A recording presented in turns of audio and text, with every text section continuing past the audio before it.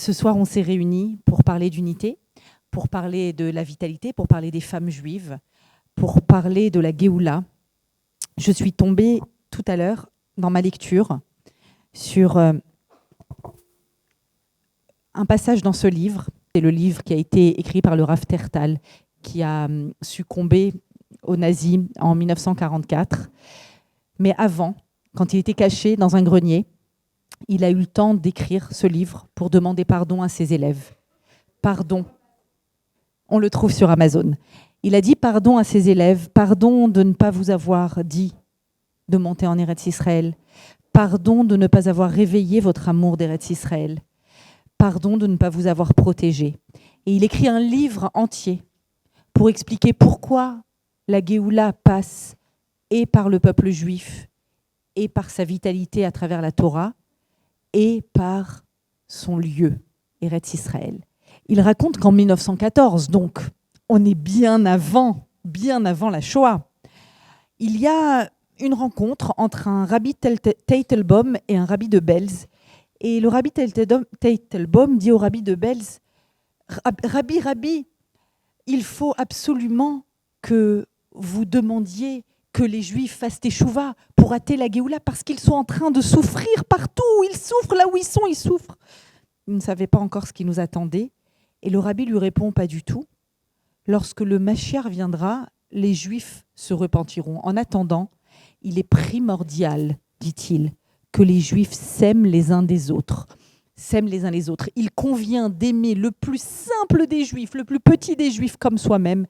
Il convient de susciter l'union et se garder de tout ce qui peut causer la désunion. Puis il développe. Quand on dit faites teshuva, en fait, on active dans le ciel une force qui s'appelle Midat Hadin.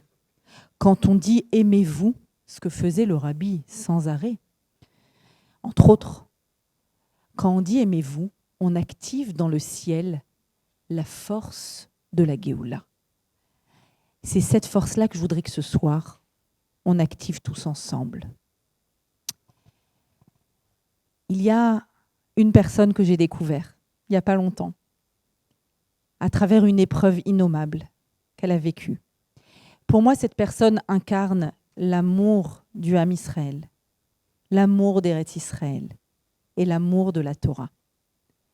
Et elle est venue ce soir jusqu'à Paris pour nous montrer que les femmes d'Israël choisissent la vie.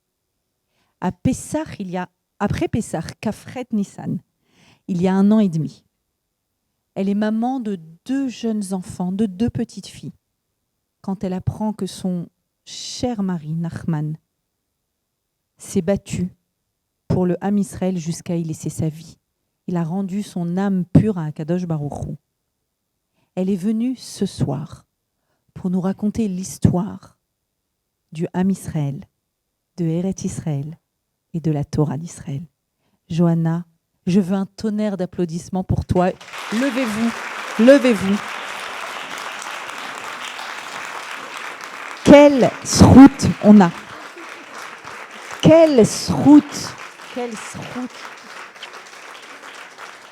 Quel mérite on a d'avoir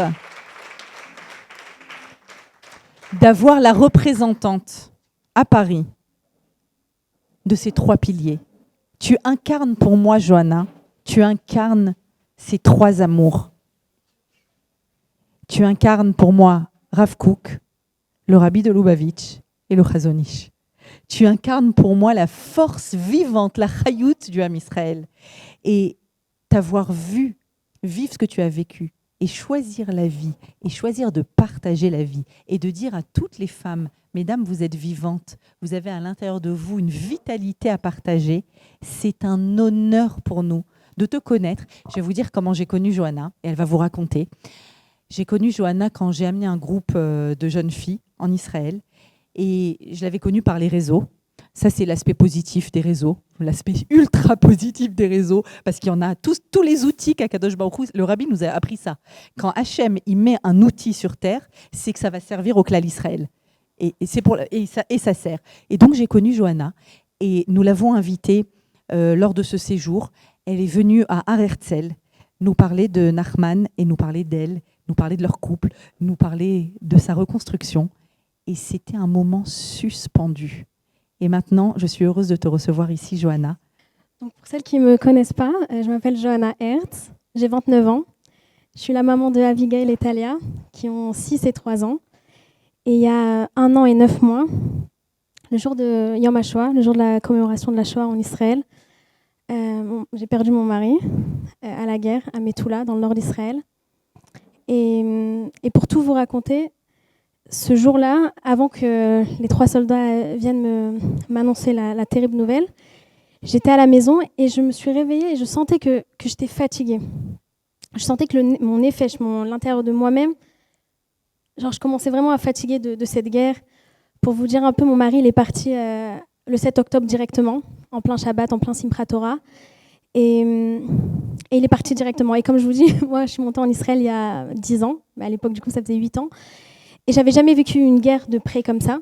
Donc c'est vrai que quand j'ai vu mon mari le 7 octobre partir sans peur, sans rien du tout, en sachant exactement ce qu'il allait faire, j'étais très très surprise, très fière évidemment. Mais on va pas se mentir que voilà, j'étais quand même française, je suis née en France. Il y avait beaucoup de peur. Et voilà, je commençais vraiment à fatiguer quoi, le jour où on m'a annoncé la nouvelle. Donc Nachman, il était parti le 7 octobre. Il a été 3 mois et demi à Gaza. Et ensuite, il est rentré à la maison. Et ensuite, il est reparti à Metula. Donc c'était vraiment court, quoi. C'était très très intense. Et donc ce lundi 6 mai, voilà, j'étais fatiguée. Et je me suis dit, je me revois encore me dire, Johanna, vas-y, lève-toi, débarrasse la table. Mes filles, elles venaient de manger le repas du midi. Et voilà, je me rappelle vraiment me dire, secoue-toi. Et je me lève. Et là où on habitait, on a déménagé entre-temps, il y avait une grande fenêtre et il y avait le portail. Et quand quelqu'un rentrait, j'entendais le portail et je voyais du coup les personnes qui venaient. Et ce lundi-là, j'entends le portail qui s'ouvre et je vois 3 Chayalim. Et bon, quand on est en période de guerre comme ça, on comprend directement. Et pour dire vraiment ce que j'ai ressenti à ce moment-là, c'est mon cœur qui lâche, mais vraiment qui lâche parce que je comprends directement. Et je sens qu'il y a tout qui lâche. Je sens que ma tête, elle part très vite. Il n'y a aucune logique. Comment c'est possible? Il était à Gaza. Il est rentré, il n'y a rien eu du tout. Et là, il a mis tout là en Israël.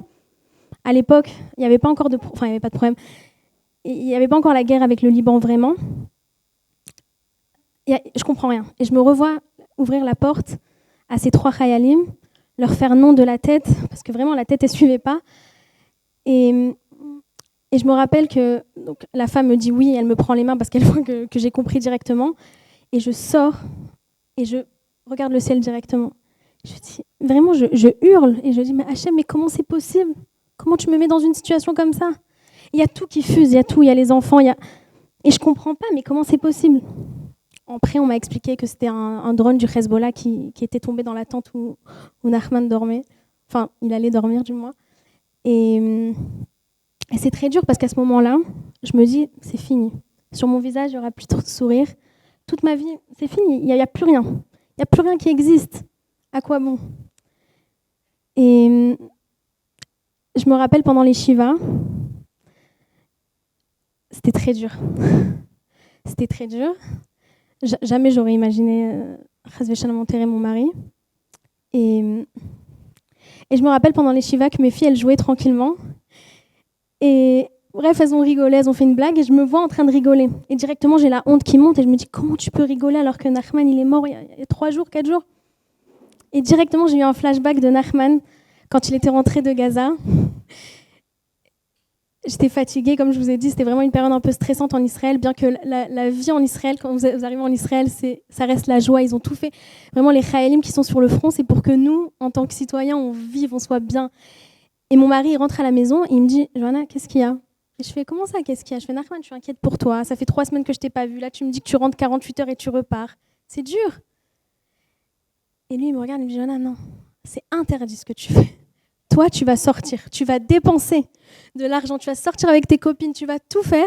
Nous, c'est ce qui nous donne de la force pour combattre. Sinon, on ne peut pas, on n'a pas de force. On veut que vous sortiez, que vous soyez bien. Et directement, pendant le Shiva, j'ai eu un flashback et je me suis dit, c'est interdit ce que je fais, je dois me relever. Pour Nachman, je ne peux pas être, en hébreu on dit une smartout, je ne peux pas être une serpillière. Je ne peux pas, je suis obligée de me relever. Et j'ai compris vraiment très rapidement que que Nachman, il n'attendait pas de moi que je sois la almana shrora, la veuve noire, qu'on a peur de lui dire, qu'on ne veut pas l'approcher tellement que ça effraie, parce que ça fait peur. Et je me suis dit non, interdit. Pour Nachman, c'est interdit. Pour vous raconter un peu, il y en a certaines, je pense, qui connaissent l'histoire, mais Nachman et moi, depuis le début, c'était spécial. Moi, je suis montée en Israël presque à 19 ans, et j'ai rencontré Nachman quand j'avais 20 ans. Et en fait, moi, donc, j'étais au Shirut Leumi, c'est service civique en Israël. Donc, ça faisait une petite année que j'étais en Israël. Et en Israël, donc, il y a la Tachana Merkazit de Jérusalem, c'est là où on prend les bus. Et mon frère, à l'époque, il était à l'armée. Et j'allais le voir le Shabbat quand il sortait. Et lui, il était dans le nord d'Israël. Donc, je vais pour prendre mon bus. Et là, je vois une femme comme ça qui donne des petites bougies pour le Shabbat. Et je me dis, bon, je vais lui donner un peu de tzedaka. J'ouvre mon portefeuille et je vois que j'ai pas grand-chose. Je me dis, bon, j'ai un long chemin, je vais en acheter un sandwich. C'est pas grave la prochaine fois. Et je passe devant elle comme ça avec mon portefeuille. Et je vois qu'elle me regarde. Et bon, moi, je suis un peu stressée. Mon portefeuille, il est tombé. Maintenant, elle voit les pièces, je vois les pièces, je me dis, bon, je vais lui donner et tout. Je lui donne les pièces, elle me regarde, elle me dit, colle à cavote, ça dit qu'à bravo. Dis-moi, tu veux te marier? Donc je regarde, je fais, quel rapport? Quel rapport? Alors je lui dis, oui, elle va se rattacher, Mokoulam, comme tout le monde. Alors elle me dit, elle ouvre son sac rempli de bazar, elle me sort un petit papier, elle me dit, écris ton nom et ton numéro, je connais quelqu'un de super. Maintenant, une fois de plus, je la regarde, je fais, quel rapport? Qu'est-ce que tu veux de moi? Mais je sais pas, en Israël, il y a quelque chose de spécial, il y a quelque chose de, je sais pas, vraiment un truc où il y a une zrima comme ça, où tu y vas. Donc je lui laisse mon numéro de téléphone et mon nom. Et puis elle rentre dans son sac comme ça et j'y pense même plus. Pour moi, ça va avoir aucun impact sur ma vie. Et puis Shabbat, il passe. Et le dimanche, je suis au Shirut Leumi, je finis à 16h, je vais pour prendre mon bus. Et là, je reçois un appel. Et je vois un numéro que je ne connais pas. Directement, je me dis, c'est sûr, c'est elle. Et je commence à angoisser. Et je me dis, mais quelle folle, mais pourquoi j'ai donné mon vrai numéro? J'aurais pu donner n'importe quel numéro. Et je réponds pas. Et elle rappelle. Au bout de la 3e fois, je réponds. Je me dis, bon, moi, j'ai fait tchouva. Donc, j'étais vraiment dans une période un peu Breslev, comme ça, où j'écoutais beaucoup de shiurim, beaucoup de cours, où il te disait que des fois, Hachem, il t'envoie des cadeaux et toi, tu décides de pas voir. Et je me suis dit, bon, on sait jamais. Et puis, ça se trouve, c'est même pas elle. Je réponds au téléphone et elle me dit, aïe, Zot Shula, c'est Shula de la Tachana Merkazit de là où on s'est rencontrés. Et elle me dit, écoute, je suis exactement là avec le barour, avec le jeune homme, est-ce que tu veux lui parler? Je dis, mais de quel barour? De quoi elle me parle? Qu'est-ce qu'elle veut? Alors elle me fait, qu'est-ce que tu t'en fiches? Parle-lui au téléphone. Je me dis, bon. Donc elle lui donne le téléphone. Et là, c'est Nachman qui répond. Et on commence un peu à parler. Et puis je vois qu'il a une voix sympathique. Nachman, il vient d'une famille française, mais lui, il est né en Israël. Donc son hébreu, son français, il est approximatif. Mais on parle un peu. Je me dis, bon, vas-y, je m'en fiche, c'est pourquoi pas. On se rencontre le mercredi. Et puis directement, on voit que ça match. Et moi, je lui dis, mais Nachman, comment tu connais Shula? Et lui, il me dit, mais je la connais même pas. Moi, je l'ai rencontré le jeudi. Il me raconte que lui, il l'a rencontré le jeudi. Que lui, il était après l'armée. Et il faisait la sécurité là-bas. Et elle est venue le voir. Elle a dit, il y a quelqu'un qui veut voler mon sac. Aide-moi. Et donc, Nachman, directement, c'était comme ça, c'était vraiment un gibor comme ça. Il attendait pas, il allait direct. Il lui a donné une chaise, il lui a donné une boisson chaude. Il s'est inquiété pour elle. Il a dit, t'inquiète pas, personne ne va rien te voler. Et ensuite, elle lui a dit, dis-moi, tu veux te marier? Et voilà. Et du coup, le dimanche, quand il a vu, il a dit, j'ai trouvé ta kala et tout. Et lui, il était en mode, quelle kala, de quoi tu me parles? Et c'est comme ça que ça a marché, et qu'on s'est rencontrés. Et il m'a dit, mais tu sais que Johanna, j'étais à 2 doigts de refuser. Je me suis dit, quelle folle laisse son numéro à une femme comme ça. Mais je me dis qu'à ce moment-là, Hachem, il avait vraiment... C'est pour vous dire à quel point vraiment Hachem, il a été directement une Ashgacha pratit, il était avec nous. C'est-à-dire que c'est incroyable. J'aurais pu rêver cette histoire qu'elle ne serait pas arrivée comme ça. Genre, c'était tout exactement. Donc, dès le départ, moi, j'ai senti Hachem très, très fort dans notre relation, et même lui. Au début, d'ailleurs, on ne racontait pas l'histoire. On s'est dit, tant qu'on n'est pas mariés, on ne raconte pas. Après, on a commencé à raconter. Mais c'était très fort. Avec Nachman, on avait vraiment construit quelque chose. On avait un amour pur. Et vraiment, je le souhaite à chacune. Il y avait le respect. On avait vraiment, c'est-à-dire que sans se le dire, on avait des règles à la maison qui étaient très claires de ne pas hausser le ton, de ne pas mal se parler. Parce qu'on sait très bien que les choses comme ça arrive. Très vite, on prend des mauvaises habitudes. Et c'était juste se construire. Et Nachman, il était vraiment comme ça. J'ai beaucoup, beaucoup, beaucoup appris de lui. C'est qu'il ne voulait pas rester là où il était. Ça n'existait pas pour lui. Il voulait tout le temps évoluer. Quand on avait une dispute, parce que comme tous les couples, on se disputait, ben, tout le temps, il essayait de voir, OK, comment moi je m'améliore. Et du coup, forcément, moi, ça m'invitait aussi à faire pareil et à me travailler, parce qu'au final, quand on se marie, c'est pour ça, c'est pour chacun se travailler. Et Et c'était incroyable. Et tout ça pour vous dire que quand Nachman il est parti, très vite, je me suis dit, mais Nachman, il était que bon. Je peux pas, moi, maintenant, j'ai un rôle à jouer. Je peux pas jouer la personne qui s'efface, qui n'existe plus, alors que Nachman, il était tellement bon. Je veux pas montrer ça, je veux le respecter. Et c'est là où j'ai compris que, ok, j'ai un rôle à jouer. Je savais pas encore du tout que voilà, j'allais venir comme ça et parler devant des femmes, mais j'ai compris très vite qu'il fallait que je me relève. Et doucement, doucement, au fur et à mesure de tout ce deuil, en fait, parce que c'est un long processus et on va pas se mentir, je suis encore en plein dedans, mais je me suis rendu compte qu'à l'intérieur de moi, il y avait beaucoup plus de force que je pensais. C'est-à-dire que je me rappelle qu'avant, avant que Nachman meure, et Chas Veshalom, vraiment que personne connaisse un tel Nisayon, mais je me disais, à chaque fois je priais, je disais Hachem, tu pourras pas me faire ça parce que tu sais très bien que je pourrais pas aller à mode baiser. Je me rappelle de mes prières, elles étaient vraiment comme ça. Et quand il est rentré de Gaza, j'ai dit merci mon Dieu, tu vois, je savais, genre tant mieux que t'es là, tant mieux qu'il est rentré Nachman, parce que je savais que moi je pourrais pas. Et 1 an et 9 mois après, je me rends compte que waouh, combien j'ai l'impression de devoir être là pour dire, faut pas attendre un Nisayon comme ça, faut pas attendre une épreuve qui vous déchire de l'intérieur pour vous rendre compte de vos forces. Il faut maintenant se lever et s'en rendre compte que chaque femme qui est ici, elle a en elle un potentiel énorme. Et trop souvent, on a tendance à rester comme ça dans nos zones de confort et se dire que non, ça, c'est pas pour nous, on peut pas. Alors que si, bien sûr que si. Chacune peut demain se réveiller avec une énergie de malade et dire tous mes rêves que j'ai envie de faire, je les fais.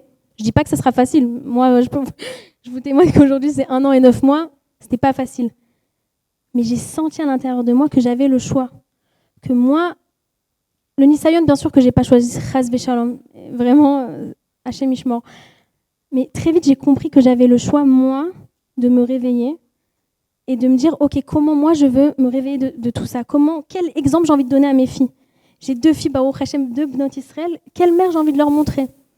Et ça me donnait tellement de force. Et je pensais à Nachman. Je pense que dans la vie, on doit tous avoir un exemple. Une femme, un homme, peu importe, mais quelqu'un je dirais pas qu'on vénère, parce que très souvent, quand on vénère une personne, on a l'impression qu'on ne peut pas arriver à son niveau, mais plus une personne qui nous inspire et qu'on sait qu'on peut arriver à son niveau. C'est-à-dire que ça nous donne Voilà, on est inspiré par cette personne, mais c'est quelque chose d'atteignable, c'est pas quelque chose qui est trop haut. Et j'ai vu Nachman, et je me suis dit, vraiment, Nachman, il a commencé sa vie. Si on doit chacun commencer avec un jeu de cartes, lui, il a commencé avec un jeu de cartes pas très bon. Et pourtant, il s'est jamais plaint. Il s'est jamais trouvé d'excuses. Il s'est jamais servi de ce qu'il avait vécu pour dire oui, tu comprends, comme moi j'ai eu ça et ça, alors je me comporte comme ça. Jamais, j'ai jamais entendu ça chez Nachman. Nachman, c'était toujours comment moi je me révèle, comment je suis encore mieux. Comment je me lève, comment je suis un meilleur mari, comment je suis un meilleur papa. Et c'était incroyable comment il avait ces midotes en lui.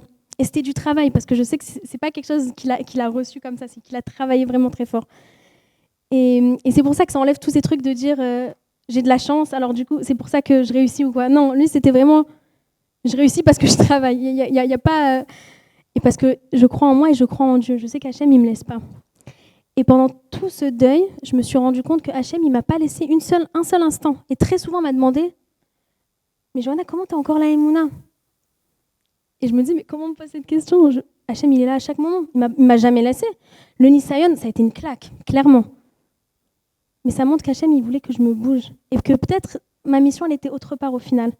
Et aujourd'hui, avec du recul, et plus j'avance, et plus je me dis, ça me fait mal, Nachman. Mais grâce à Dieu, j'ai eu de la chance de l'avoir 7 ans. 7 ans et demi même. Et j'ai tellement appris, et il m'a tellement donné, et je suis sûre que moi aussi, on a tellement grandi ensemble que je me dis des fois, c'était trop pur pour que ça reste autant. Nachman, il y avait tellement en lui. Sa Neshama, elle était tellement spéciale que je me dis, c'est pour ça, 31 années de vie, et merci mon Dieu, il a laissé beaucoup. Et ça, je m'en suis rendu compte après la Shiva. Et je me suis d'ailleurs rendu compte aussi après la Shiva de... Nachman, c'était quelqu'un de très humble. Il racontait jamais ses succès, c'était pas quelque chose qui l'intéressait. Je me rappelle que moi, très souvent, je disais, ouais, Nachman, viens, on raconte à ta famille que tu as réussi ça et ça et ça. Et lui me disait, pourquoi faire? Pourquoi il cherchait pas le kavod, vraiment. Lui, ça l'intéressait pas du tout. Et c'est après la Shiva que je me suis rendu compte encore plus de tout ça. Parce que les gens, ils venaient, ils me racontaient des histoires que je connaissais pas du tout. Je disais, quoi, mon mari? Moi, je savais comment il était à la maison, mais quoi aussi? Dans les études, dans les trucs, il était à ce point bon avec tout le monde, mais d'où il avait le temps de tout faire? Et en fait, je me rends compte que c'est de là où on doit vraiment apprendre de toute cette histoire, c'est que Nachman, il savait les forces qu'il avait en lui. Il savait qu'il pouvait arriver. Nachman, donc il a grandi c'était pas facile, il a quitté la maison très rapidement, à 14 ans. Et vraiment, il aurait pu être rien. Il aurait pu se laisser aller, il aurait pu vraiment se laisser aller. Et pourtant, lui, il a décidé à 18 ans de s'engager à l'armée. Et quand il s'est engagé, l'armée, ils lui ont dit toi, ton bagage et tout, on va pas te mettre combattant, c'est difficile un peu avec une arme, on ne sait pas si on va faire confiance. Nachman, il a dit quoi, ma pitom, moi je veux être combattant. Il s'est battu avec l'armée, c'est pas évident, il s'est battu avec eux, finalement, il était combattant, il a réussi à être combattant, pas dans n'importe quelle unité, Baruch Hashem les parachutistes. Et il n'a pas lâché. Maintenant, si vous aviez vu ça de l'extérieur, vous auriez dit mais t'as aucune chance, pourquoi tu te bats? Parce que lui, il croyait, il savait qu'il allait arriver. Donc Baruch Hashem, il a été combattant, il a fait ses études, pareil, il n'avait pas de bac, il n'avait rien du tout. Et pourtant, pareil, il a tout fait, il a galéré au début, il a dû tout refaire après le mariage, toutes les études pour pouvoir rentrer en architecture. Il s'est battu, il a réussi parce qu'il croyait en lui. Et je trouve que c'est tellement beau de voir ça, qu'il n'a jamais lâché. Et chaque chose qu'il a obtenue, c'est grâce aux efforts qu'il fournissait. Et je me dis des fois, waouh, il y a tellement de fois où on reste dans notre zone de confort, alors qu'on pourrait aller tellement plus loin, mais il faut aussi sortir et il faut se travailler. Et vraiment, Hachem, il nous met sur terre, pas pour se dire, vas-y, kiffe tes vacances, kiffe tes trucs. On doit travailler nos midotes. Si une personne sait qu'elle est un peu, je sais pas, elle sait qu'elle a de la colère ou qu'elle est un peu nerveuse ou qu'elle manque de patience, etc., Hachem, il veut bidou que là, tu travailles, que tu travailles sur toi. Et moi, toute cette année, c'est ce que je me suis rendu compte. Pour celles qui me connaissaient avant sur les réseaux sociaux, je parlais beaucoup d'organisation. Je me rappelle quand Nachman il est mort, c'était juste avant Yom HaAtzmaut, donc le jour de l'indépendance en Israël. Et je me rappelle qu'on était en train de prévoir justement Yom HaAtzmaut. Et d'un coup, quand il est mort, je me suis dit, mais attends, tout ce que j'avais prévu et tout. Et Hachem, il voulait que je casse tout ce truc de... Moi, c'est pas moi qui décide. Anilo Menalet et Taolam, je viens pas pour diriger le monde, je viens pas pour diriger... Hachem, il a des plans exactement et il faut lui faire confiance.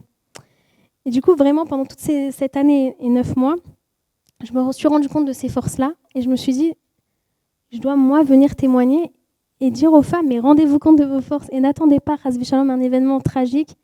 Réveillez-vous maintenant et juste brillez parce qu'on a tellement de choses à apporter. Et je vois en Israël les femmes qui sont incroyables. Je vois d'ailleurs dans le Yishuv où j'habite à côté de Jérusalem, ces femmes que tous les maris, moi dans mon Yishuv, presque vraiment tous les hommes, ils sont tous partis en Milouim pendant le début de la guerre. Mais comment les femmes entre elles étaient fortes. Je me rappelle il y a une femme qui est venue et qui nous a fait un cours de Krav Maga pour au cas où ça devait dégénérer. Et je me dis, mais c'est quoi cette force? C'est incroyable. Et il faut s'en rendre compte. Et moi, dans tout ce chemin-là, je me rends compte aussi que ce qui m'a beaucoup, beaucoup aidée, c'est que même quand j'étais dans l'obscurité, c'était de voir des points de lumière. Il y a beaucoup de points de lumière. C'est juste qu'il faut voir quelles lunettes on décide de mettre. La personne qui veut voir que sa vie, elle est nulle, qu'il n'y a que des catastrophes, elle va voir que ça. C'est triste, mais c'est vrai, elle va voir que ça. Par contre, la personne qui décide que même dans l'obscurité, même quand il n'y a rien qui va, oh, il y a une petite lumière, elle attrape fort et croyez-moi qu'elle va voir que ça après. Et moi, c'est exactement ce qui s'est passé. Je peux vraiment vous témoigner plein de choses qui se sont passées pendant ces 1 an et 9 mois où il y avait des moments très, très durs. Et pourtant, je sentais Nachman très proche. Pourtant, je sentais qu'Hachem, il était tout le temps avec moi. Il y a un exemple que je donne très souvent, mais parce pour moi, il est très parlant. C'est le jour de l'enterrement de Nachman, avant de l'enterrer. Je suis allée voir son corps. Et je crois que c'était le moment vraiment de ma vie entière le plus dur, et j'espère que ce sera le dernier moment. Mais je me rappelle bref, c'était dur à imaginer, mais moi, je voulais le voir parce que je me disais, je pourrais pas... Je sais que ça fera partie de mon deuil de me dire que, ok, ça veut dire que c'est sûr que voilà, c'était lui vraiment qui est parti. Et je me rappelle qu'avant de voir son corps, j'étais effrayée. Et le monsieur qui l'avait nettoyé, le Rav, il vient vers moi et il me dit, voilà, je veux juste te dire que dans la poche de Nachman, il y avait une petite photo de toi et de lui. Et j'étais dans un état, c'est-à-dire lamentable, mais là, d'un coup, lui, il me rappelle de notre amour, en fait. En 2 secondes, il me rappelle, genre, regarde, Jonah, c'est triste, c'est tout. Bien sûr que c'est horrible. Mais regarde, tu étais avec lui dans la poche et jusqu'au bout, il t'a montré combien il t'aimait, combien c'était toi qui l'accompagnais dans tous les moments, dans toutes ses gardes, tout était avec lui. Et je me rappelle que sur le moment, je pleurais, mais d'un coup, j'ai eu un sourire et je me suis dit, mon Dieu, Nachman, même maintenant, tu me montres combien tu m'aimes. Il y a une autre histoire aussi. C'est après, quand j'ai reçu les affaires de Nachman, donc ça prend un peu de temps quand l'armée il te passe 2 gros, enfin même moi dans mon cas c'était 3 gros grosse boîte comme ça bleue avec une grosse Magen de David. Et avec toutes les affaires que Nachman il avait pendant la guerre, enfin pendant les Milouim. Et genre j'appréhendais vraiment de recevoir ça parce que si tu reçois sa kippa, il y a son odeur, il y a tout quoi. Bref, et donc je reçois ces boîtes et je me dis j'ai pas la force et tout. Et je vais pour les ouvrir. Et la femme elle m'avait expliqué avant que dans les enveloppes c'est tout ce qu'il y avait dans ses poches à Nachman. Donc c'est les effets les plus personnels qu'il avait sur lui. Donc évidemment j'ai vu la photo. Ce qui est incroyable aussi dans la photo c'est que c'est une toute petite photo de Nachman et de moi. Et Nachman, c'est un drone qui l'a tué, donc imaginez, chez Mishmor. Donc il y a eu beaucoup de feu, et pourtant notre photo, elle est restée intacte. On voit sur le côté comme ça, mais nos deux visages, ils sont intacts. C'est incroyable, c'est vraiment un miracle. Et donc dans les enveloppes, il y avait tout ce qu'il y avait dans ses poches. Et j'ouvre les enveloppes. Et moi, avant que Nachman, quand il y a eu la guerre qui a éclaté, je disais à Nachman, s'il te plaît, mets dans tes poches de la tzedaka, mets dans tes bottes de la tzedaka et dis que quand tu rentres à la maison, tu donneras la tzedaka. Comme ça, c'est sûr. Et je disais toutes les sgoulottes qu'il y avait, je lui disais fais ça. Comme ça, t'es sûr. Maintenant, Nachman, il rigolait. Il me disait Johanna, si Hachem il a décidé comme ça, c'est comme ça. Et moi je disais Hachem, je m'en dis surtout pas ça. Fais ce que je te dis et tout. Et lui, bon, il disait jamais oui, je fais ce que tu dis. Il n'était pas comme ça. Encore, c'était vraiment une mida de lui que tout ce qu'il faisait, c'était en cachette. Quand j'ai reçu ses affaires personnelles, je me suis rendu compte que dans les enveloppes, il y avait une tonne de tzedaka dans ses poches. Il y avait une tonne de Pirkei Teilim, il y avait le Tikkun HaKlali. Et même là où j'étais dans un moment hyper triste, j'ai commencé à rigoler. Je me suis dit, Nachman, genre, t'es pas possible. Genre, même là, tu m'accompagnes. Mais c'est pour vous dire à quel point, dans ces moments-là, j'aurais pu juste m'accrocher au fait que j'ai reçu les affaires de Nachman et c'est tragique parce que c'est vraiment tragique. Ou alors, je peux voir aussi les cadeaux. Et je pense que peu importe l'épreuve qu'on vit, là vraiment je parle à chacune, peu importe, parce qu'évidemment, on vit tous des épreuves. Mais on peut s'accrocher à la lumière parce qu'il y en a toujours. Mais il faut mettre les bonnes lunettes et des fois, ça demande un effort. Mais une fois de plus, on vient ici sur Terre pour se travailler. On ne vient pas pour juste kiffer.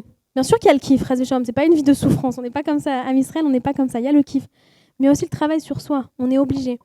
Et quand tu comprends en fait qu'un Isaïon, une épreuve, c'est Hachem, quand il nous envoie ça, il nous dit « Je vous invite à grandir. Je vous invite à évoluer. Je vous invite à... » Vraiment, genre, à vous développer vous-même. Et malheureusement, parfois, on est obligé de passer par cette épreuve-là pour grandir. C'est dommage. Et je me dis des fois, je suis obligée, moi, de venir maintenant, de dire, n'attendez pas l'épreuve, faites maintenant, grandissez. Prenez maintenant sur vous quelque chose de petit. On ne demande pas. Des fois, c'est un trait de caractère. C'est pas forcément une mitzvah. Chacune sur ce qu'elle doit faire.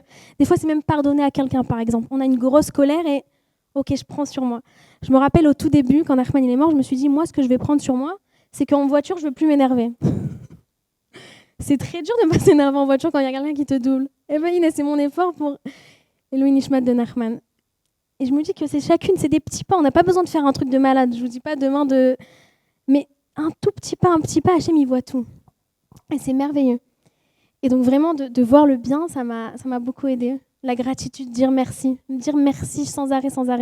J'ai l'impression que plus je disais merci, plus j'avais de raison de dire merci. C'est incroyable, c'est-à-dire que vraiment ça va ensemble. C'est vraiment un cercle vertueux. Et aussi, je me suis rendu compte de combien âme Israël, on est âme de l'espoir, de l'espérance. C'est pas pour rien que vraiment notre hymne, c'est la tikva. Vraiment, je me rends compte que vraiment, si je me mets à l'extérieur, je me dis ça va être tellement ennuyant, chiant pour nos ennemis de voir qu'on est un tout petit peuple et on essaie de tout le temps nous tuer. Il meurt jamais, c'est pas possible.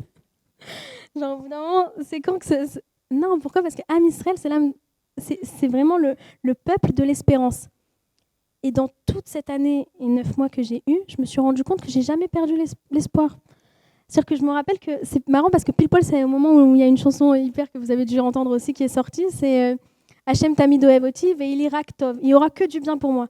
Et je me revois encore mettre cette musique à fond à la maison avec mes filles qui dansaient et ma petite de 3 ans qui disait Raktov, il y a les Raktov. Parce que c'est ce qu'on veut, on veut s'envoyer à nous-mêmes que du bon. Et d'ailleurs, je vous conseille à chacune d'écouter cette musique à fond et de vous le dire. De prier pour vous-même qu'il y ait Raktov. Bien sûr qu'il y ait Raktov, la malo. Et je me rappelle que même quand j'étais au plus bas, à l'intérieur de moi, j'avais un espoir qui ne m'a jamais quitté. Des fois, tu te dis, c'est ouf, parce que des fois, genre, je pleurais, mais Et pourtant, il y avait toujours l'espoir à l'intérieur de moi. Je me disais, ça ira si Dieu veut. Je ne sais pas comment, mais ça ira. Je me rappelle vraiment, j'ai toujours cru que je me suis dit, Hachem, comment il m'a envoyé Nachman? Comment on avait une belle vie? Hachem, il m'a jamais laissé. Donc oui, là, il m'a fait une sale claque. Mais à quoi ça va me servir maintenant de me demander 1000 ans pourquoi et pourquoi et pourquoi? Ça va ou me faire reculer. Souvent, quand on a une épreuve et qu'on se dit mais pourquoi Hachem m'a fait ça? Mais pourquoi? Ça ne nous sert à rien. On n'a pas besoin de savoir pourquoi. Franchement, entre nous. Le pourquoi, maximum, ce qu'il y a à vous faire, ou vous retardez ou vous laissez sur place. Dommage. Moi, j'ai très vite compris que le pourquoi, il me rendait tellement triste que ça me servait strictement à rien. Je me suis dit, maintenant, je ne vais pas voir pourquoi. Moi, je vais voir comment je vais me faire ma vie trop bien. Comment je vais donner à mes filles une super bonne éducation. Comment je vais être une maman bonne. Avec Nachman, on avait tellement des valeurs comme ça où on voulait une maison, une baïte de Simra, où il n'y a que la joie qui règne. Et ça m'a donné tellement de force. Je me suis dit, Nachman, il n'est pas là physiquement, mais Rouhani, son rouar, il est toujours là, il est toujours avec nous, c'est pas fini. Et ça m'a donné de la force de continuer que notre maison, ça soit une maison que de joie. C'était pas toujours facile, mais voilà, on était dans ce truc-là parce qu'il y avait toujours l'espoir que ça ira, que si Dieu veut, ça ira, que déjà maintenant, on a une petite Géoula. Chaque jour, c'est une petite Géoula. Chaque jour, voilà. Et ça m'a beaucoup, beaucoup, beaucoup aidée. Et donc, pendant l'année de Nachman, j'ai essayé vraiment de faire des choses pour lui. Nachman, il avait construit, juste avant qu'il parte, 2 mois avant qu'il parte, il avait construit un mangal, un barbecue. Un jour, il m'avait ramené un cumulus à la maison et j'ai dit, oh, il va voir, qu'est-ce qu'il fait? C'est quoi ce cumulus? Il m'a dit, Joanna, tu vas voir, avec ce cumulus, je vais faire un barbecue. Moi, je vois le cumulus, je me dis, mais qu'est-ce qu'il veut de moi?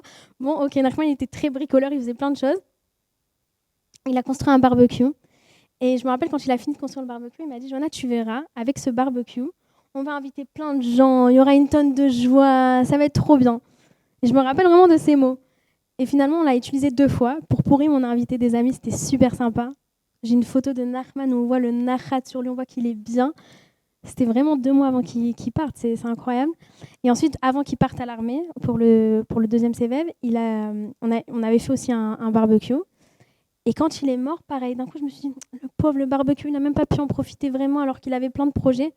Et je me suis dit, ok, c'est moi qui vais faire ça. Maintenant, entre nous, moi, je déteste la viande, j'aime pas forcément les grillades et tout. Mais je me suis dit, bon, allez. Donc, tous les mois, tous les Rosh Chodesh, on a organisé un barbecue.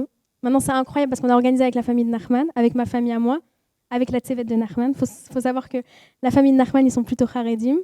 Nous, ma famille à moi, on est plutôt sionistes religieux. Et la tsevet de Nachman, c'est que des personnes pas du tout religieuses. Et on était tous ensemble autour d'un barbecue.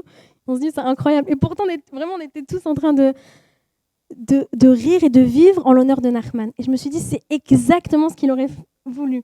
De voir, parce que Nachman et sa tsevet, et les gens de l'armée, ils étaient... Maintenant, c'est marrant parce qu'on voit les gens de l'armée, il y a quelqu'un qui a plein de tatouages sur lui.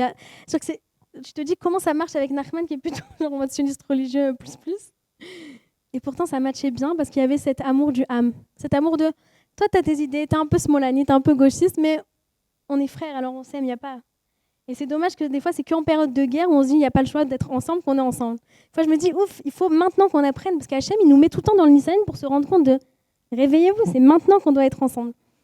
Dans tous les cas, pendant 1 an, tous les Rosh Chodesh, on s'est retrouvés. C'était même incroyable que ça marchait, qu'on arrivait à organiser ça et que tous les mois, on se retrouvait en l'honneur de Nachman. Et on a fait ça pendant 1 an. Et ensuite, quand l'année de Nachman est passée, c'était pile poil avec l'Iran et c'était pile poil au moment où moi je devais déménager. Maintenant, pour vous dire, le déménagement, c'était quelque chose que j'appréhendais parce que de Nachman, je n'avais rien touché pendant 1 an. Sa brosse à dents, elle était toujours au même endroit. Et je me suis dit, ouf, Hachem, comment tu me fais ça quand en même temps, il y a le déménagement, en même temps, il y a l'Iran, donc tout le monde est chez soi. Il faut savoir que quand il y a eu l'Iran, c'était vraiment... C'était compliqué en Israël, on ne va pas se mentir. Donc, d'un coup, je me suis dit, purée, Dafka, le déménagement, je dois le faire un peu toute seule. Mais quand j'ai fait le déménagement, j'ai compris qu'en fait, non, parce que j'avais besoin, moi, d'avoir mon nid de des doutes, mon moment seul, où je trie les affaires de Nachman, où je me rends compte, où je pleure beaucoup, où c'est encore une sale claque, mais je devais passer par là. Et après l'année, quand on a été dans la nouvelle maison, je me suis dit, waouh, je commence vraiment à sentir le vide, mais en mode maintenant, j'ai besoin d'avancer là. J'ai senti que j'ai besoin d'avancer. Je ne savais pas exactement comment l'expliquer, mais j'ai senti dans mon cœur quelque chose qui me disait, tu ne peux plus rester là à cette position, il faut que tu montes d'un level. Et je me rappelle, c'est très personnel ce que je me dis, c'est très intime, mais je vais quand même vous raconter. Parce que je pense que, amen, alvaï, que ça puisse aider certaines femmes qui peut-être passent par moi, ce que je passe du tout le veuvage, ou peut-être par le divorce, je ne sais pas, Chas v'shalom, mais à ce moment-là, j'ai senti que mon cœur, il ne pouvait plus être toute seule. Je ne pouvais plus. Et je suis allée sur la tombe de Nachman et j'ai pleuré. Et je lui ai dit, Nachman, il n'y a que toi, si Dieu veut, qui peut m'emmener quelqu'un de bien. Il n'y a que toi qui sais exactement ce qui sera bon pour nous. Et vraiment, c'est-à-dire que c'est fou quand on y repense, mais je suis allée sur la tombe de Nachman pour lui demander, envoie-moi quelqu'un d'autre. Mais je savais que qui mieux que lui.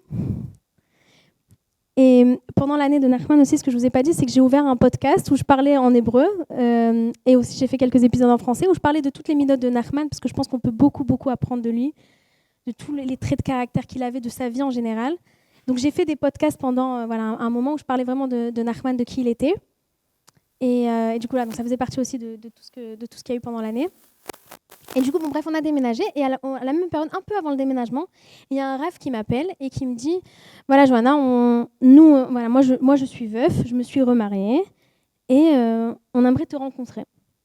Et moi, j'ai dit ah non, j'ai pas la force de tout ça. Genre vraiment, avec Nachman, c'était tellement bien. Comment je peux avoir quelque chose de mieux? Maintenant, quand on y pense, on se dit mais Johanna, tu saoules tout le monde avec la Emouna. Comment tu peux dire que ça y est, ta vie là, j'avais 28 ans, du coup. À 28 ans, ça y est, c'est finito.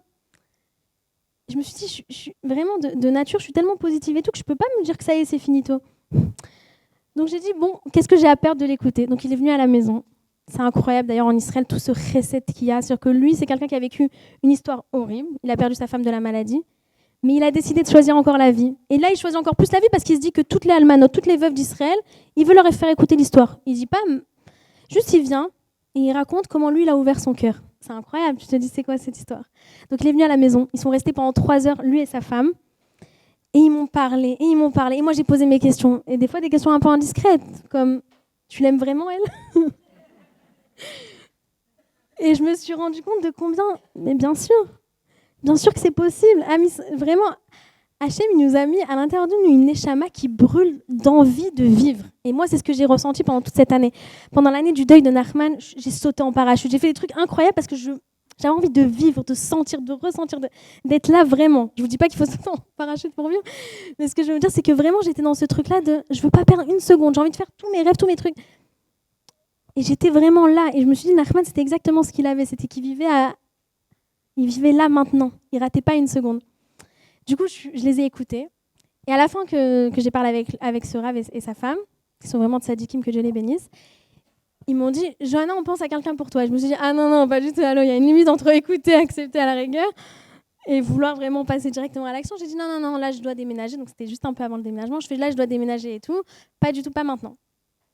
Je crois que l'Iran, ils nous ont attaqué le vendredi. Ça, c'était le mercredi, un truc comme ça. Bon, bref, c'était vraiment très proche. Et du coup, directement après cette conversation avec eux, il y a eu l'Iran, il y a eu... Et j'ai l'impression qu'Hachem, il me disait, Johanna, réfléchis, genre ouvre ton cœur.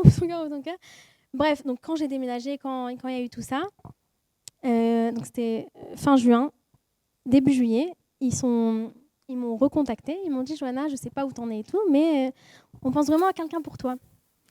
Et moi, je me suis dit, bon, jusqu'à maintenant, j'avais eu quelques propositions avant ça, mais à chaque fois, je disais non, pas du tout, je veux pas savoir. Je voulais même pas savoir les détails de la personne parce que je me disais, je suis pas là. Et là, c'est la première fois que je me suis dit, bon, je suis prête à écouter les détails. Et donc, on m'a dit, voilà, il s'appelle Shachar, il a ton âge, il est célibataire. Et je me suis dit, je l'ai directement arrêté, le monsieur. Je lui ai dit, mais Rav, mais il a mon âge, il est célibataire, pourquoi il veut se mettre avec une veuve? Vraiment, il me colle à cavote. Qu'il aille avec quelqu'un de célibataire, c'est beaucoup plus simple. Il m'a dit, non, il a écouté tes podcasts.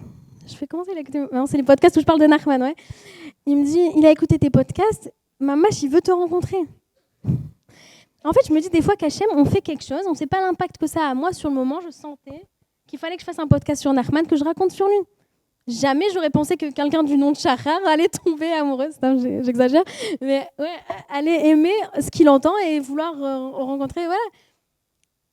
Bref, dans tous les cas, je me suis dit, ok, pourquoi pas, ok, on Bezrat Hachem. Au même moment, j'ai mon oncle qui est décédé, on a voyagé en France avec mon frère. Et quand on est rentré, je me suis dit, yalla, je le rencontre.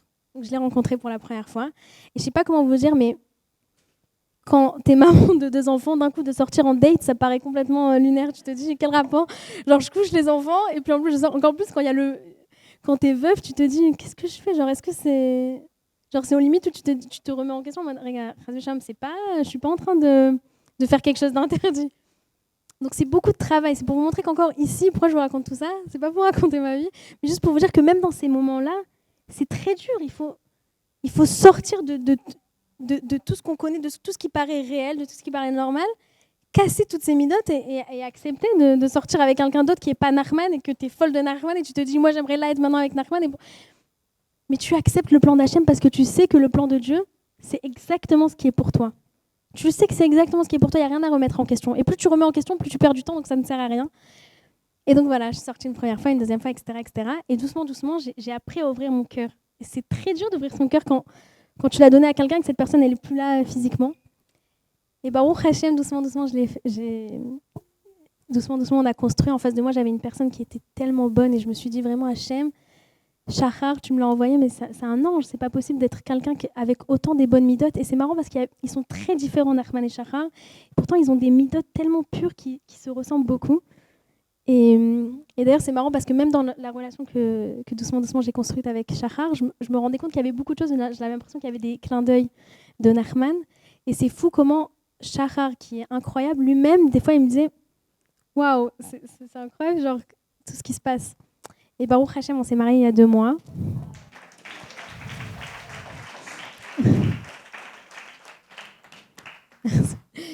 On s'est mariés il y a 2 mois et Shahar sous la roupa, pour vous montrer comment en Israël, et vraiment je pense que c'est même pas qu'en Israël, je pense que c'est tout le peuple d'Israël, on a à l'intérieur de nous, mais il faut se rendre compte de tout ça, on a à l'intérieur de nous des midotes, mais des traits de caractère tellement puissantes, tellement bonnes, que Shahar sous la roupa qui se marie avec moi, qui accepte déjà tout ça, c'est beaucoup quand même. Si je me mets juste à sa place, c'est pas évident. Sous la roupa, il parle de Nachman et il lui dit merci, il lui dit qu'il sera toujours dans notre foyer. Est-ce qu'on se rend compte de c'est quoi Am Israël? Et c'est quelque chose qui est en chacun de nous. Au tout début, je vous ai raconté, Nachman, que c'est bien d'avoir qu'une personne nous inspire, mais il faut se rendre compte que la personne qui nous inspire, c'est quelque chose, un niveau qu'on peut atteindre. Et d'ailleurs, très souvent, quand on me fait des compliments, Baruch Hashem, je les accepte avec plaisir, mais c'est quelque chose qui est atteignable. Il n'y a rien de... Chaque personne ici peut arriver à des grandes choses, mais il faut qu'elle se rende compte de tout ça. Et du coup, vraiment, j'ai envie de conclure avec ce fait que chacun d'entre vous, vous devez vous rendre compte de ses forces et que Bezrat Hashem, on peut chacune arriver. Et peu importe là où on se trouve aujourd'hui, peu importe dans l'épreuve dans laquelle on est, parce que chacune, on vit des choses qui ne sont pas faciles. Mais on a à l'intérieur de nous toutes les forces pour arriver à se relever. Mais pour ça, il faut y croire, pas perdre l'espoir et voir chaque bonne chose. Parce que ce que je peux vous dire, c'est que pendant toute cette année et 9 mois, vraiment, à l'intérieur de moi, je savais que ça allait aller bien. Maintenant, je ne vais pas vous mentir, c'est le tout début. Je suis en pleine reconstruction, il y a plein de choses. Mais Cholzot, c'est la première année de mariage. C'est une année où voilà, il faut mettre les fondations. Ce n'est pas évident tout le temps. Mais je sais, et je veux vraiment que vous aussi, à chaque fois, que peu importe l'épreuve dans laquelle vous vous retrouvez, vous dire « ça va aller ». Et même de poser votre épaule sur Hachem. C'est-à-dire que vraiment, de vous dire « il n'y a que lui ». Et moi, vraiment, c'est important pour moi de vous dire que Hachem, il ne m'a jamais lâché. C'est-à-dire que même quand j'étais dans l'obscurité de l'obscurité, plus bas que terre, il était là. Mais pour ça, il faut ouvrir les yeux et se rendre compte de la chance qu'on a de faire partie de ce peuple d'Am Israël. Et amen, que chacune d'entre vous trouve ses forces et toujours sorte de sa zone de confort pour aller encore plus loin si Dieu veut. Merci beaucoup.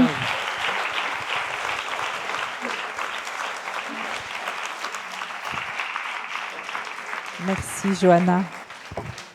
Merci Johanna. Je n'ai pas voulu t'interrompre parce que nous étions suspendus à tes lèvres. L'histoire... Je disais en t'appelant que tu incarnes pour moi, tu es l'inspiration de ces 3 amours-là, du Am Israël, de la Torah, de notre terre. Mais maintenant que je t'ai entendu, même si je connaissais ton histoire, mais tu vois, en t'entendant là, ici, dans cette phase de reconstruction, grâce à Dieu, dans laquelle tu es, tout d'un coup, j'ai vu quelque chose, mais comme étant une évidence absolue. Nachman, vous le savez, ça signifie la consolation. Tu es venu nous consoler, nous toutes. Nachman parle dans ta bouche. Tu incarnes Nachman. En fait, quand on voit Johanna et Nachman, et c'est évident que Shahar est venu épouser Johanna et Nachman. Et tu connais sûrement, j'ai des frissons en vous le disant, tu connais sûrement cette Gemara qui dit que Rabbi Chia se promène avec les Chachamim et il assiste à un lever du soleil. Et il dit aux Chachamim, Karhi Geoula shel Israël. Tu sais à quoi ressemble la délivrance d'Israël? Au lever du soleil. Les Ayelet HaShachar. Ayelet HaShachar, Shachar en hébreu veut dire l'aube. Mais quelle aube? L'aube au moment, pour ceux qui ont déjà vu le lever du soleil à Masada, il faut le faire, il y a des petits rayons qui apparaissent bien avant que n'apparaisse le soleil. Et Rabbi Chia dit Kim'a, Kim'a. Un rayon après l'autre. Shachar, c'est le lever du soleil. On a beaucoup de chance d'être à Paris et d'assister, en ayant notre Johanna ici, d'assister au lever du soleil du Ham Israël. Ce que vous avez entendu ce soir, mesdames, j'ai des frissons. Vous avez assisté au lever du soleil du peuple d'Israël. Elle est comme ça, la Géoula. Si vous voulez savoir à quoi elle ressemble exactement à ça. Elle ressemble à une personne qui voit la douleur, qui vit la douleur, qui pleure la douleur et qui choisit la vie et qui ouvre son cœur. Plusieurs fois, elle a utilisé cette expression, mais unique. Apprendre à ouvrir son cœur. Et en vrai, Johanna, je me dis, dans tous les domaines de la vie, on doit apprendre à ouvrir notre cœur. On doit apprendre à ouvrir son cœur quand on a une belle famille qui débarque dans notre vie, par exemple. On doit apprendre à ouvrir notre cœur quand on découvre la Torah. Quand on n'a pas connu la Torah et qu'on la découvre, il faut ouvrir son cœur. Il faut ouvrir son cœur quand on a un nouvel enfant qui arrive, même si on l'adore. C'est un autre être singulier et on va ouvrir son cœur pour fabriquer un lien dans un travail, dans une nouvelle, dans un nouveau voisinage. Quand on fait ça à l'IA aussi, en nous la souhaitant à tous. Il faut apprendre à ouvrir son cœur. Et en fait, je crois que c'est ça que tu incarnes vraiment, Johanna. Tu incarnes la Ayelet HaShachar. Et je voulais te poser quelques petites questions, me faire le porte-parole peut-être de nous toutes. Est-ce que tu veux bien partager avec nous ce qui a fait qu'un jour, tu étais une jeune fille et tu as pris l'avion et tu as dit « j'y vais ». Tu connaissais pas encore Nachman et tu décides de monter dans un avion et d'aller à l'aventure. Et je crois que tu nous avais dit, même tu n'étais pas pratiquante à l'époque. Et raconte-nous, si tu veux bien. Avec plaisir. Alors moi, pour vous dire, j'ai grandi à Bordeaux. Donc à Bordeaux, il y a une toute petite communauté juive. La vérité, on ne faisait pas du tout partie de la communauté. On était à côté de Bordeaux. Donc j'ai vraiment grandi qu'avec des non-juifs. Et c'est vrai qu'à l'intérieur de moi, et je sais pas, je pense que c'est surtout peut-être des personnes qui savaient qui étaient juives et qui ont grandi avec des personnes non juives, c'est que je me rappelle que quand j'étais en classe, donc dans la classe j'étais tout le temps la seule juive, avec mes frères on était tout le temps les seuls, dans toute l'école d'ailleurs. Je me rappelle qu'à chaque fois qu'il y avait un sujet comme la Shoah ou Israël ou quelque chose, je sentais mon cœur qui battait très très fort. Et je me disais à chaque fois, mais c'est incroyable, pourquoi ça me réveille à ce point? J'entends Israël, j'entends truc, ça me réveille à ce point. Donc moi, j'ai grandi dans une famille pas religieuse, mais c'est vrai qu'on a toujours eu les valeurs du sionisme, on était pratiquants light, mais on était toujours très fiers. Je me rappelle que ma mère, tout le temps, elle nous disait, soyez fiers d'être juifs, c'est pas du tout quelque chose qu'il faut cacher. Mais on n'avait pas la pratique. Et tout a commencé en vrai avec mon grand frère David, que Dieu le bénisse, que très rapidement, il a décidé de monter en Israël. Il avait en lui quelque chose de très fort, c'est-à-dire qu'on était entouré que de non-juifs. Et je me rappelle une fois, il avait 14 ans, moi j'en avais 12. On était au collège et c'était juste au moment où il y avait, la guerre pour Dursi ou quelque chose comme ça. Bon bref, c'était un peu chaud. Et à chaque fois que c'était chaud en Israël, c'était chaud dans la cour de récré. Et je me rappelle que David, il est venu me chercher, mon grand frère, et il m'a dit « Johanna, vite, on rentre à la maison. Il y a un arabe qui a ramené un truc pour nous cramer, genre de l'essence. » Et j'étais en mode quoi? Bon, je me rappelle courir. Et je me rappelle mon grand frère David arriver chez nous, où on était vraiment éloignés complètement, et dire à ma mère, non, il avait dit comme ça, tout le monde fait des différences juifs, pas juifs. À partir de maintenant, je garde le lait et la viande. Je ne sais pas quel rapport, mais en tout cas, c'est ce qu'il avait dit. Et je me rappelle de ce premier truc. Et après, c'est très fort ce que tu racontes. C'est très fort, c'est-à-dire que c'était en lui. Et c'est vrai que je pense que moi, ça a beaucoup influencé moi. Il y a un lien, c'est-à-dire faire la différence, c'est-à-dire apprendre à faire la différence entre les choses. Dans le judaïsme, on fait tout le temps la différence. Le matin, on dit à Noten la servibina. On veut distinguer le jour de la nuit et on distingue le lait et la laine, on distingue le lait et la viande, on distingue Shabbat des jours de semaine. D'accord. Donc il a dit, puisqu'on me distingue, alors très je beau. vais mettre de la distinction dans ma vie. C'est très, très, très pertinent, je trouve. Il a fait, ouais, en tout cas, là, comment est-ce que tu me dis, j'avais jamais vu ça comme ça, mais ouais, d'un coup, ça prend du sens. Et c'est vrai que du coup, et donc très rapidement, il a dit, moi, à 18 ans, je partirai en Israël. Pareil, nous, dans notre entourage, j'avais ma tante et mon oncle qui étaient montés en Israël, mais on n'avait pas de famille à ce moment-là en Israël. Et il avait dit, moi, je monterai en Israël à 18 ans. Et donc, je me rappelle que dans ma famille, personne ne le prenait vraiment au sérieux parce qu'il avait 14 ans. Et à 18 ans, il est vraiment parti en Israël. Et peu de temps après, il y a eu en 2015 Tzuk Eitan. D'ailleurs, Nachman était à Tzuk Eitan. Et je me rappelle qu'à Tzuk Eitan, c'était pile au moment où moi, je m'étais inscrite à l'université de Bordeaux. Et je voyais écrit de partout Free Palestine, Free Palestine, Free Palestine. Et là, ça m'a vraiment, à l'intérieur de moi, une fois de plus, je sentais quelque chose. Maintenant, je me rends compte que c'était ma Neshama qui m'hurlait de « tu restes pas ici ». Et c'est comme ça que je me suis dit, pourtant moi j'avais un chemin complètement différent et je me suis dit, peut-être que moi aussi je monte en Israël finalement. Et c'est vraiment venu comme ça, mais j'ai l'impression que c'était comme si Hachem il m'avait mis l'idée dans la tête parce que c'était pas du tout dans mes plans, c'était pas comme David qui avait vraiment vécu ça intensément. Et du coup c'est comme ça que j'ai décidé vraiment de monter en Israël. Pas comme mon frère, par contre David c'était comme ça, il est parti sans grand chose. Moi j'ai décidé de travailler un peu pour mettre de l'argent de côté. Et ensuite, je suis partie à 18 ans. Et ce qui est incroyable, parce que... 18 ans. Ouais, 18 ans et demi. Et ce qui est incroyable, c'est que dans l'avion, j'avais à côté de moi une personne qui était religieuse, et moi, du coup, pas du tout. Je vais pas mentir qu'on ne connaissait pas grand-chose, moi, dans ma famille. Voilà. Et quand je me suis assise à côté de cette fille, on a parlé parce qu'on avait le même âge, on faisait toutes les deux l'Alia seule. Et elle m'a dit... Elle m'a dit, toi, tu vas où? Donc moi, j'ai dit, moi, je vais à Tel Aviv. Et ensuite, elle m'a dit, moi, je vais à Jérusalem, je fais un séminaire. Et moi, je lui dis, c'est quoi un séminaire? Non, je ne savais pas.